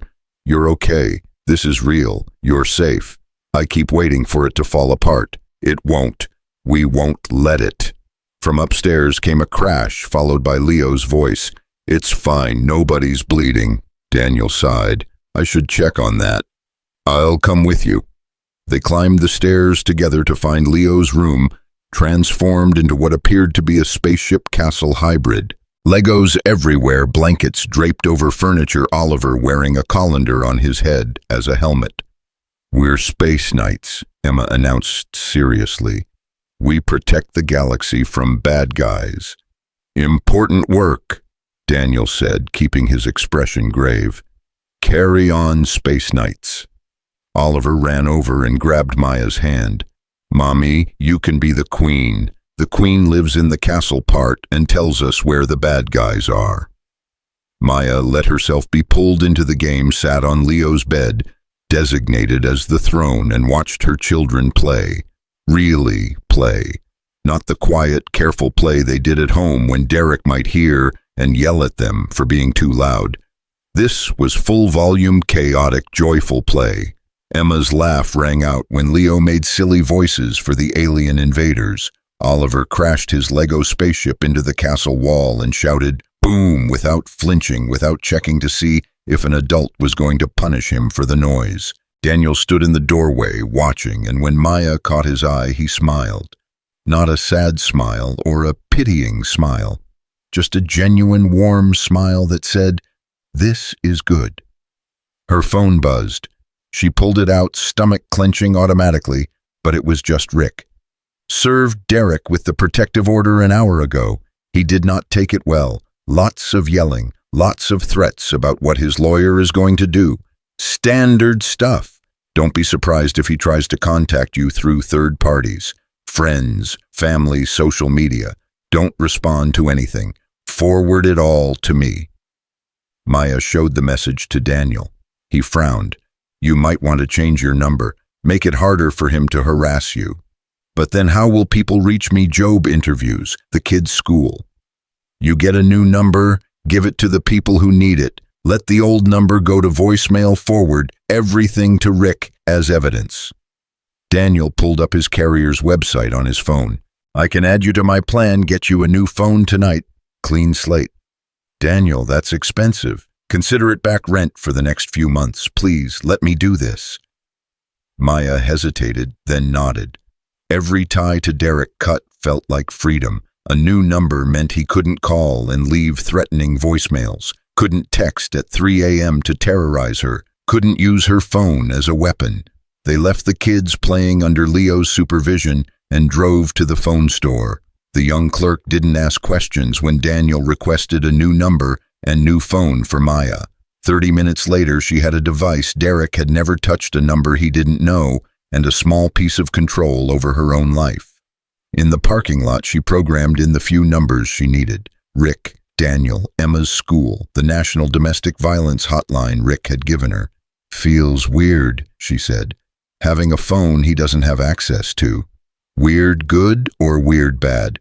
"Good, definitely good." She tested it, sent Daniel a message. "Hi, this is my new number." His phone pinged. He smiled and saved the contact. "Got it. Welcome to your new life." They picked up groceries on the way home, Maya insisting on paying for her share despite Daniel's protests. She needed to contribute something tangible. In the store, she found herself actually looking at what she wanted instead of what Derek would approve of. She bought coffee she liked, snacks for the kids, ingredients for a recipe her mother used to make. Small choices, but they felt revolutionary. Dinner that night was louder than anything Daniel's house had heard in years. 5 people around the table, passing dishes, talking over each other, Oliver spilling his milk, and no one yelling about it. Emma helped Leo load the dishwasher, both of them debating the correct way to arrange plates. Maya made her mother's apple crisp for dessert, and watched Daniel's face light up at the first bite. "This is incredible," he said through a mouthful of apples and cinnamon. "My mom's recipe, only thing she taught me to make before she got sick." "You should call her, let her know you're okay." Maya's smile faded. She doesn't do well with stress. When I told her about Derek hitting me the first time she had a panic attack, ended up in the hospital. I can't put that on her again. "She's your mother. She'd want to know you're safe." "Maybe, when things settle down." Maya pushed dessert around her plate. Right now, I just need to focus on the kids, on getting stable. After dinner, the kids insisted on a movie. They piled onto the couch, Emma and Oliver sandwiched between Leo and Daniel. Maya curled in the armchair with a blanket. Some animated film about talking animals that Oliver had seen 12 times but never got tired of. Halfway through, Emma's head drooped onto Leo's shoulder. Oliver was already asleep, sprawled across Daniel's lap. Leo looked at his dad, eyebrows raised in question. "Leave them," Daniel mouthed. "They're fine." So they watched the rest of the movie in comfortable quiet. Two exhausted kids sleeping peacefully, three adults pretending to pay attention to the screen while really just existing in the moment. When the credits rolled, Maya carefully extracted. Emma carried her upstairs to the air mattress. Daniel followed with Oliver, both kids so deeply asleep they didn't stir. Maya tucked them in, kissed their foreheads, and stood watching them breathe. "They look different when they sleep here," she whispered, more relaxed. "Because they are. No threat, no walking on eggshells." Daniel's voice was quiet. "They'll get used to it, to feeling safe." "I hope so." They left the door cracked and headed back downstairs. Leo had gone to his own room, mumbling about homework he'd been ignoring. The house settled into nighttime quiet, just the hum of the refrigerator and distant traffic. Maya sat on the porch steps, wrapped in a blanket, watching moths circle the streetlight. Daniel joined her, 2 coffee mugs in hand. "Decaf," he said, "unless you want to be up all night. Decaf's perfect."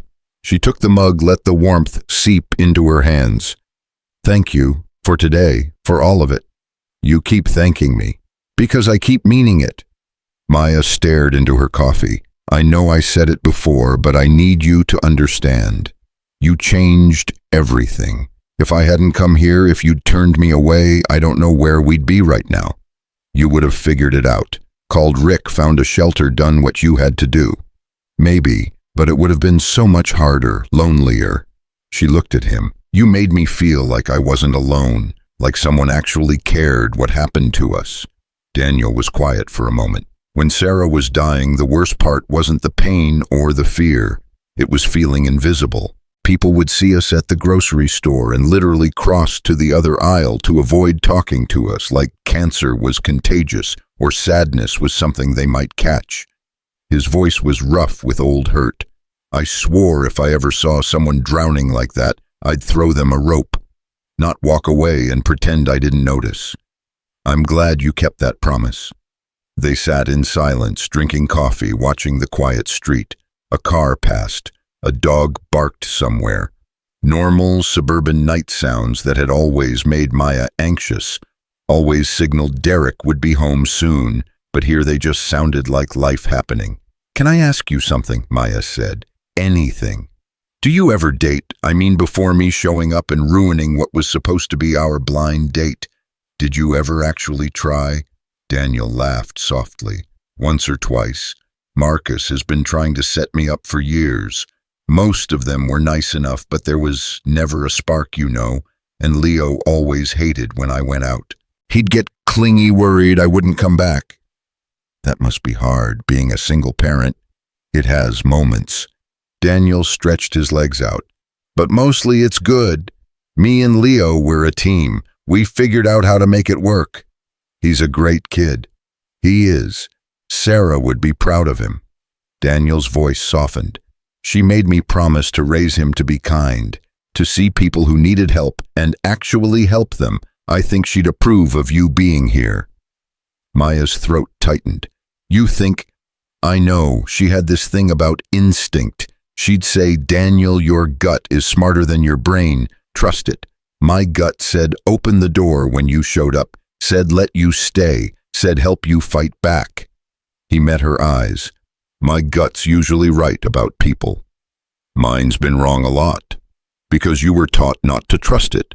Derek spent years telling you your instincts were wrong, that you were overreacting, being dramatic. He trained you to doubt yourself. How do I learn to trust myself again? One decision at a time. Start small. What do you want for breakfast tomorrow? Don't think about what anyone else wants. Just you. What sounds good? Maya thought about it. Pancakes with blueberries instead of chocolate chips. Then that's what we'll make. See, first decision made. You'll get better at it. She smiled despite herself. It's stupid that choosing pancakes feels revolutionary. It's not stupid. It's reclaiming yourself piece by piece. A notification lit up Maya's old phone, the one she'd kept to forward messages to Rick. She glanced at it and her stomach dropped. Derek, you think a piece of paper is going to stop me? You're mine, Maya. Always have been, always will be. This isn't over. Her hands started shaking. Daniel saw the message and his expression hardened. Forward it to Rick. Block the number. He'll just use a different number. Then we'll block that one too, and the next one. And eventually he'll realize he's wasting his time. Daniel's voice was firm. Don't respond, don't engage. That's what he wants. He wants to know he still has power over you. Maya forwarded the message to Rick, then blocked Derek's number with shaking fingers. It felt good. Small act of defiance, but it counted. You're doing great, Daniel said quietly. I don't feel like I'm doing great. I feel like I'm barely holding it together. That's how great looks sometimes. Messy and scared, but still moving forward. They finished their coffee in silence. The night deepened around them, temperature dropping. Maya should go inside, try to sleep, but she wasn't ready to leave this moment. This quiet porch with Daniel beside her, this space where she felt safe enough to breathe. Daniel, yeah, I'm glad it was you. Who opened the door? I'm glad it wasn't someone else. He looked at her, something in his expression shifting. Me too, Maya, me too. And there, in the space between words, something fragile and new began to take root. Not romance, not yet, but connection, understanding, the beginning of trust. Maya leaned her head on his shoulder, testing the gesture, ready to pull back if it was too much. But Daniel didn't move away. He just sat there solid and warm and steady and let her rest. Above them, stars fought through light pollution to be seen. Inside, their children slept peacefully. And for the first time in 3 years, Maya allowed herself to imagine a future that didn't include fear. It was terrifying and hopeful in equal measure. But mostly, it was hers. They stayed on the porch until the cold drove them inside Maya's head, still resting on Daniel's shoulder, neither wanting to break the spell of quiet peace. When they finally stood, Daniel's hand found the small of her back. As he guided her through the door, a gentle touch that felt both protective and natural. Inside the house was dark except for the kitchen light Daniel always left on for Leo. They stood in the hallway between the living room and stairs, suddenly awkward now that the evening had to end. I should sleep, Maya said, though she wasn't tired. She was wired, her mind racing through everything that had happened, everything that still had to happen. Yeah, big day tomorrow, job interview. Daniel shoved his hands in his pockets. Lisa's great. Just be yourself and you'll be fine. What if myself isn't good enough? Then Lisa's an idiot, which she's not. He smiled. Get some rest, Maya. It's all going to work out. She wanted to believe him, wanted to trust that the pieces of her shattered life would somehow fit back together into something whole. But belief was hard when you'd spent 3 years learning that hope was dangerous. Still, she nodded and headed for the couch. Daniel climbed the stairs to check on the kids one more time before bed, a ritual Maya had noticed he performed every night. When he came back down, he paused at the bottom step. They're all out cold, Oliver's snoring. He does that when he feels safe, Maya said quietly. He didn't snore at all the last few months at home, too tense even in sleep. Daniel's expression darkened, but he said nothing, just nodded goodnight and disappeared upstairs, leaving Maya alone with her thoughts and the protective order folded in her purse. Sleep, when it came, was fitful. She dreamed of courtrooms and Derek's face, of running down endless hallways with Emma and Oliver's hands slipping from her grip. She woke at dawn, gasping, heart pounding, until she remembered where she was. Daniel's house, safe, The smell of coffee drew her to the kitchen, where Daniel stood at the counter, already dressed for work, dark circles under his eyes, suggesting his night hadn't been much better than hers. "Couldn't sleep either?" she asked. "Old habit. Army schedule never really left me. Up at 5 whether I need to be or not." He poured her a mug without asking. "Interviews at 10. I told Marcus I'm taking the morning off to drive you." "You don't have to do that, Maya." He gave her a look. "Stop, I want to." She accepted the coffee and the help, learning slowly to let people care without feeling like she owed them something she couldn't repay. By 9:30, they were back in Daniel's truck, heading downtown. Maya had changed 3 times, settling finally on a simple blouse and slacks she'd grabbed during her escape.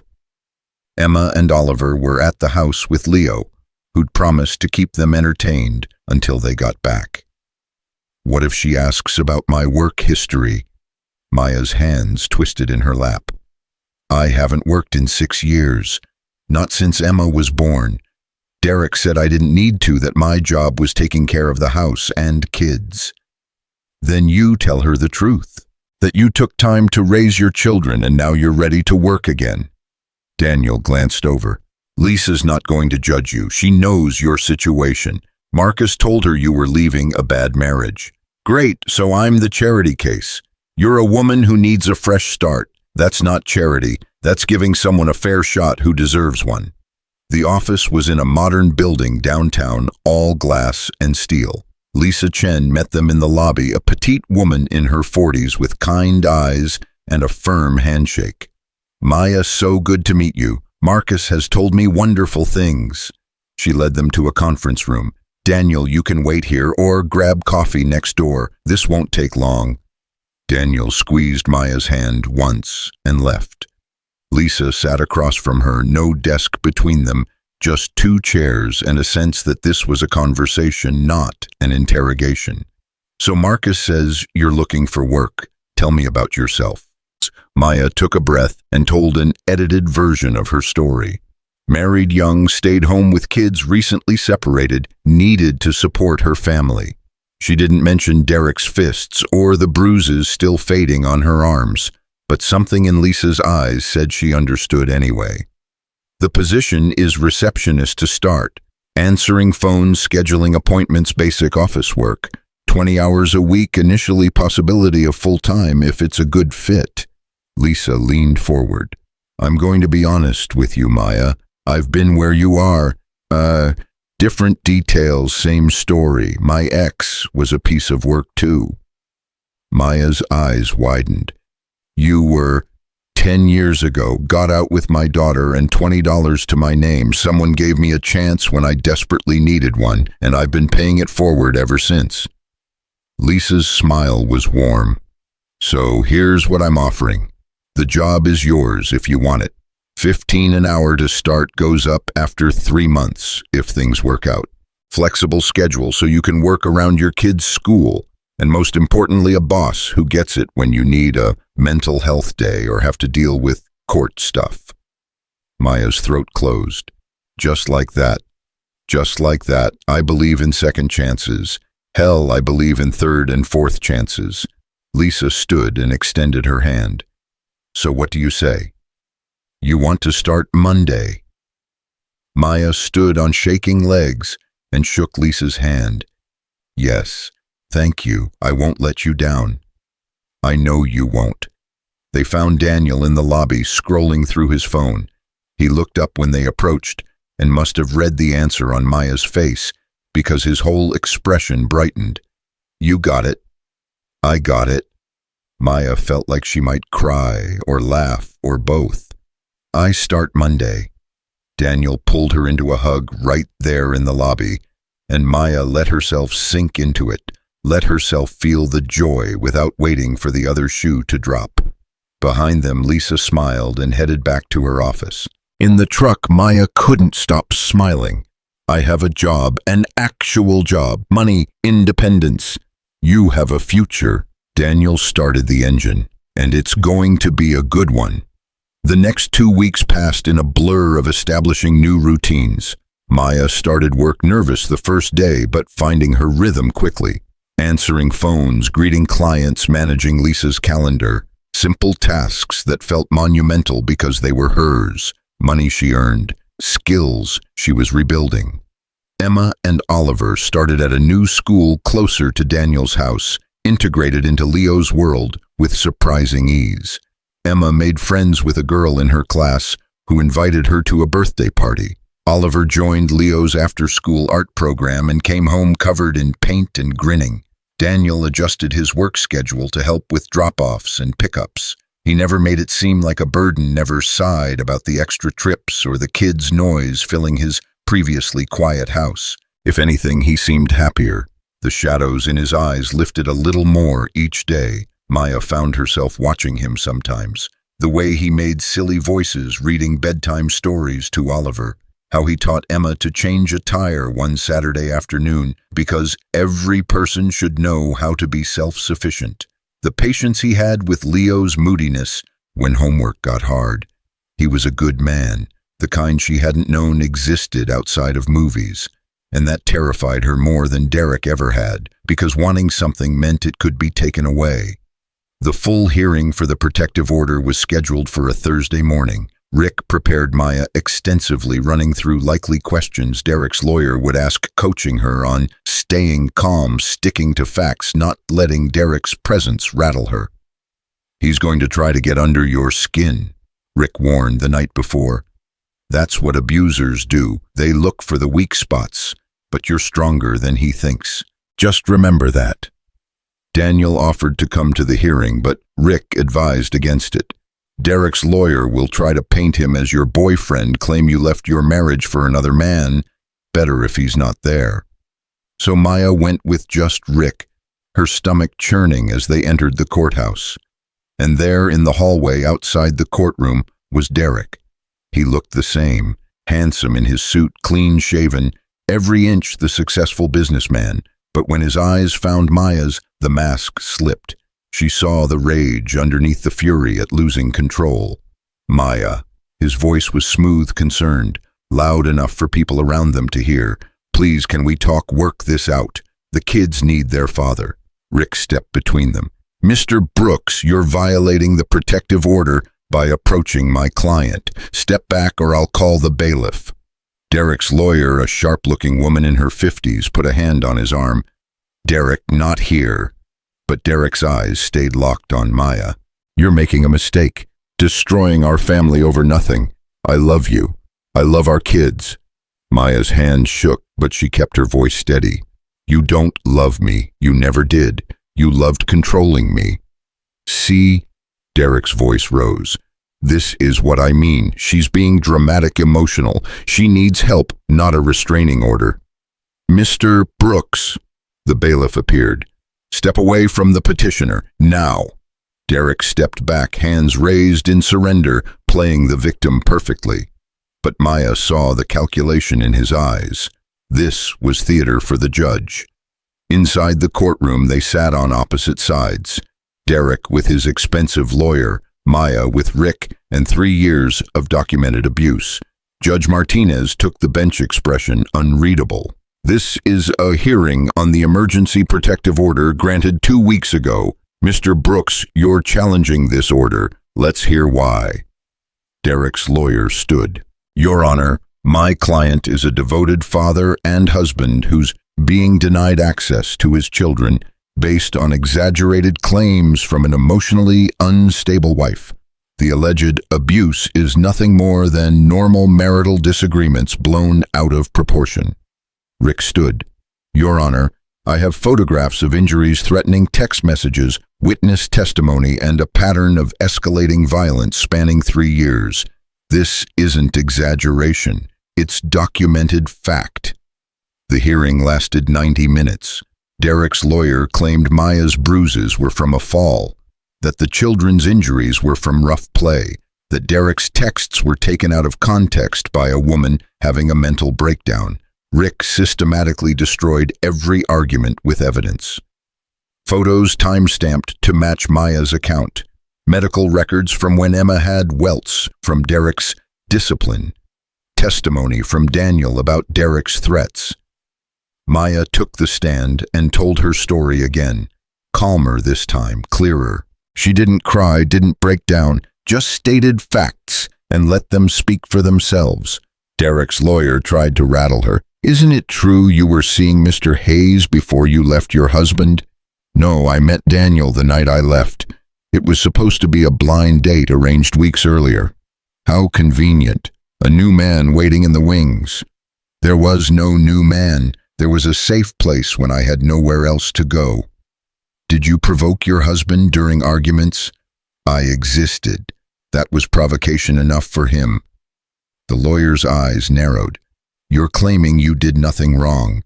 I'm claiming I didn't deserve to be hit. I didn't deserve to have my children threatened. I didn't deserve to live in fear. Maya's voice was steady, and neither do Emma and Oliver. When it was Derek's turn, he played the grieving husband beautifully, claimed he'd never meant to hurt anyone, that he'd been under stress from work, that he loved his family and just wanted them back. But under Rick's cross-examination, cracks appeared. Derek couldn't explain the pattern of injuries, couldn't justify threatening to take the children, got angry when questioned too closely, and let his mask slip just enough for the judge to see the real man underneath. Judge Martinez called a recess, returned 20 minutes later with her decision. I've reviewed all the evidence and testimony. Mr. Brooks, your account simply doesn't match the documented facts. The photographs alone tell a story of systematic abuse. She looked at him over her glasses. The protective order stands. You are to have no contact with Ms. Brooks or the minor children. Supervised visitation will be arranged through the court if you choose to pursue it, but that's a separate proceeding. Derek's face went red. This is insane. Those are my children. Mr. Brooks, control yourself or I'll hold you in contempt. Judge Martinez's voice was ice. This hearing is concluded. Outside the courtroom, Maya's legs gave out. Rick caught her, held her steady. You did it. It's over. He's going to appeal. Fight it. Let him. We'll win again. Rick's smile was fierce. You beat him, Maya. He doesn't get to hurt you anymore.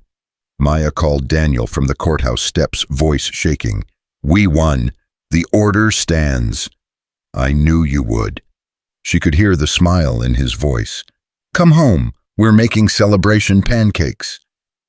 Home. The word landed different now, felt real. When she walked through Daniel's door an hour later, Emma and Oliver rushed her, asking a dozen questions about where she'd been. Leo stood back, but his smile was genuine. And Daniel, he pulled her into a hug that lasted longer than necessary, his relief palpable. Proud of you, he murmured into her hair. I couldn't have done it without you. Yeah, you could have, but I'm glad you didn't have to. That night, after the kids were asleep and the dishes were done, Maya and Daniel sat on the porch again. It had become their ritual, these quiet conversations under the stars. What happens now? Daniel asked. I keep working, keep saving, eventually find my own place for me and the kids. Or, Daniel turned to look at her, you could stay, make this permanent. Maya's heart stuttered. Daniel, I know it's fast. I know we barely know each other, but these past 2 weeks, having you here, having the kids, it feels right. The house feels alive again. He ran a hand through his hair. I'm not saying we have to rush into anything. I'm just saying there's no rush to leave, either. I can't be a burden. You're not. You're paying rent, splitting groceries, pulling your weight. But more than that, you're bringing something back that's been missing. Joy, laughter, life. He paused. And if I'm being completely honest, I like having you here. I like talking to you at the end of the day. I like watching you become yourself again. Maya's eyes filled with tears. I like being here too. I like who I'm becoming, who the kids are becoming. She wiped her face. But what if Derek finds a way to use this against me? Claims I moved in with a man I barely know. Then we deal with it, together. Daniel's voice was firm. I'm not going anywhere, Maya, unless you want me to. I don't want you to. The words came out barely above a whisper. I want to stay. I want the kids to keep going to school with Leo. I want to keep having these porch talks and pancake breakfasts and all of it. Then stay. She looked at him, really looked, saw not just the man who'd opened his door in a rainstorm, but someone who'd become essential, someone who'd shown her what kindness looked like without conditions, what love might look like if she ever learned to trust it again. I'm a mess, she warned. I have nightmares. I jump when doors slam. I'm going to therapy, but it's going to take time to undo 3 years of hell. I've got nightmares too, war ones, Sarah ones. We can be messy together. Daniel's hand found hers. I'm not asking for perfect, Maya. I'm just asking you to stay. She threaded her fingers through his, testing the fit. Okay, we'll stay. His smile was sunrise breaking through clouds. Yeah. They sat there holding hands like teenagers, neither quite ready to name what was growing between them, but both willing to let it grow. Inside, their children slept safely. Above, stars wheeled through the darkness. And for the first time in longer than Maya could remember, the future didn't feel like something to survive. It felt like something to build. 3 months later, Maya stood in Lisa's office, accepting a promotion to full-time with benefits, her own health insurance, her own dental plan, her own 401k. 6 months later, Emma won the school spelling bee, and Oliver's artwork was featured in the district showcase.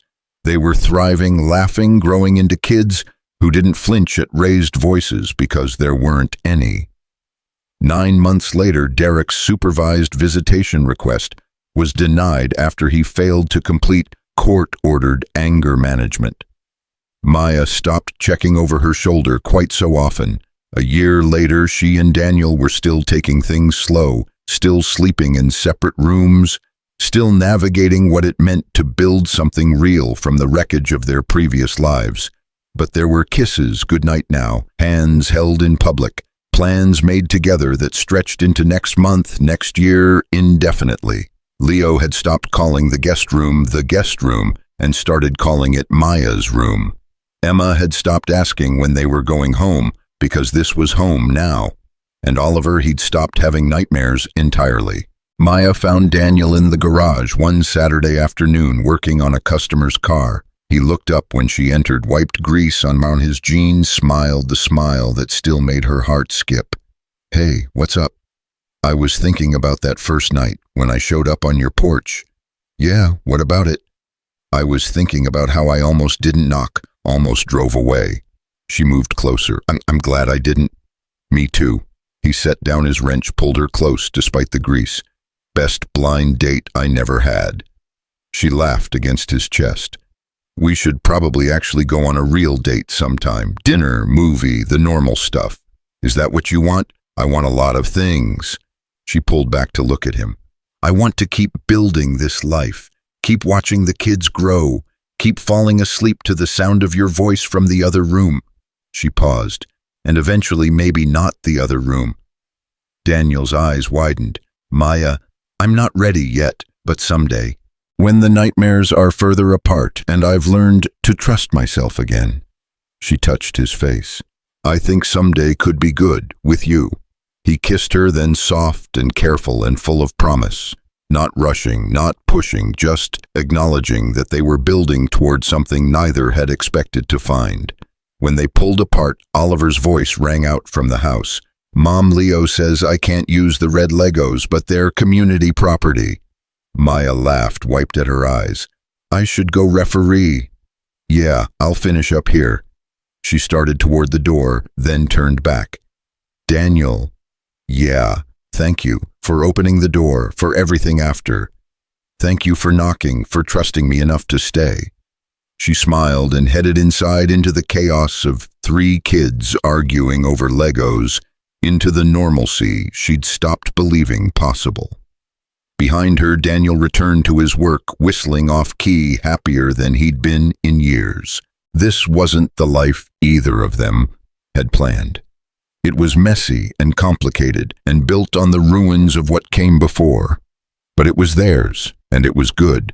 And that night when Maya tucked Emma and Oliver into bed, in rooms that actually belonged to them now, when she kissed them goodnight without fear, when she walked past Daniel's room and saw him reading to Leo one last time before sleep, she allowed herself something she'd been too afraid to feel for 3 years. Gratitude, hope, joy, the belief that tomorrow might actually be better than today.